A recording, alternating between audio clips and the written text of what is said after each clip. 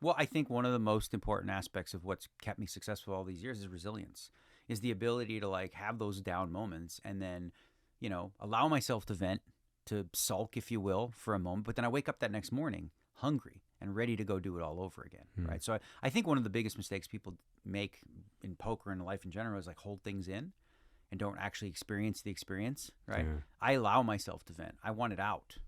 I want to just like, this is brutal. I can't believe this. I'll be a victim to circumstance, if you will. But once, I'm past that, now I allow myself to go, okay, well, you know what? What are we going to do about it? Right? Yeah. We're going to show up. We're going to wake up the next morning and we're going to go right back in there.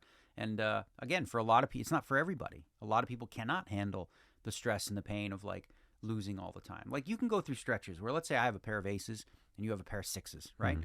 The math says I'm going to win about 80% of the time, right? 1 out of 5 times, even though I did everything right, you're going to beat me. And sometimes that 1 out of 5 times happens 3-4 times in a row. And you start going, this is impossible, right? And that's the hard part, I think, for people playing. But it's also the fun part, like it's also where the enjoyment comes from in a way. It's Yeah. like the thrill of victory and the agony of defeat. You don't have one without the other. Yeah. It's interesting you talk about the math part. That's something that's always been interesting to me. I play poker semi-regularly. I don't quite have the math part down.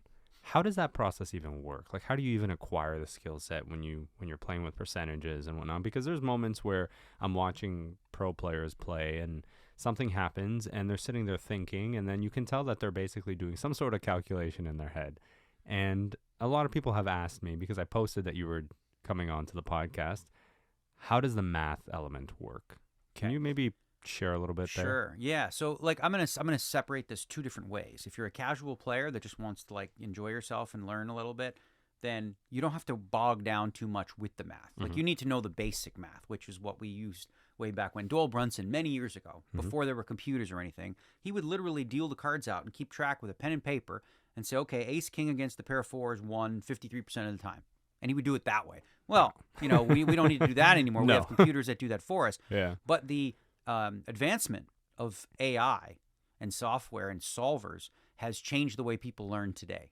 Okay. Yeah, especially the young generation. Yep. They like use the computer outputs and they look at that and they learn from that.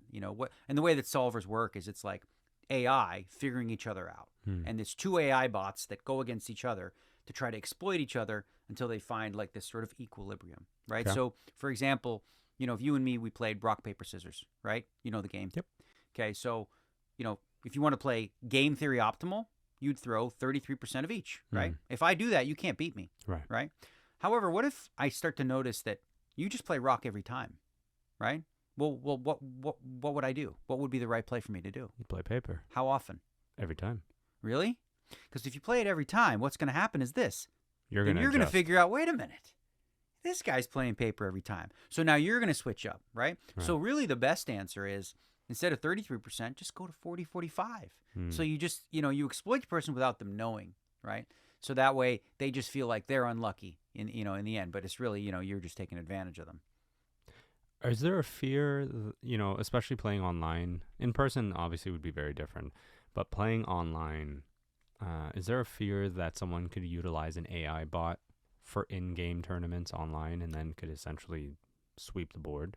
So that's an interesting question because there's always, anytime there's money on the line, you're always going to have people looking for an advantage, Yeah. whether fair or unfair. Yeah. And that's been going on for 100 years, long as poker has existed.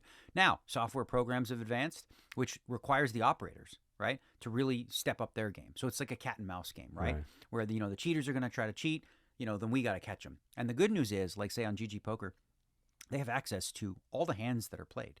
So they can see what's going on. And when they find people that are, say, for example, it's very easy. They have methods. I can't share the methods. Sure. Where they spot the bots and then they ban those accounts. I think a couple years ago, there was 60 accounts that were banned, right? And the money was confiscated. All the players were reimbursed, for very whatever cool. was. Yeah. But that's always going to happen, right? Yeah. Whether it's live poker, online poker. But you have to have like some faith and trust in that the operators themselves, they don't want any of this to happen. Yeah. It's bad for business, right? So they spend a lot of resources on not only catching that, but also making sure that the software is fun and engaging. Like that's probably one of the biggest things I noticed with GG Poker is just how the software is updated. It's fun. Yeah. You got if you lose a hand, you can use my face and with an emoji and go, You know, like there's a whole bunch of like a whole host of things. Yeah. They got a snap cam built in, and it's just very interactive and a lot of fun. So, but yeah, absolutely, that's always something that people will try to do stuff like that. So you have to like be one step ahead.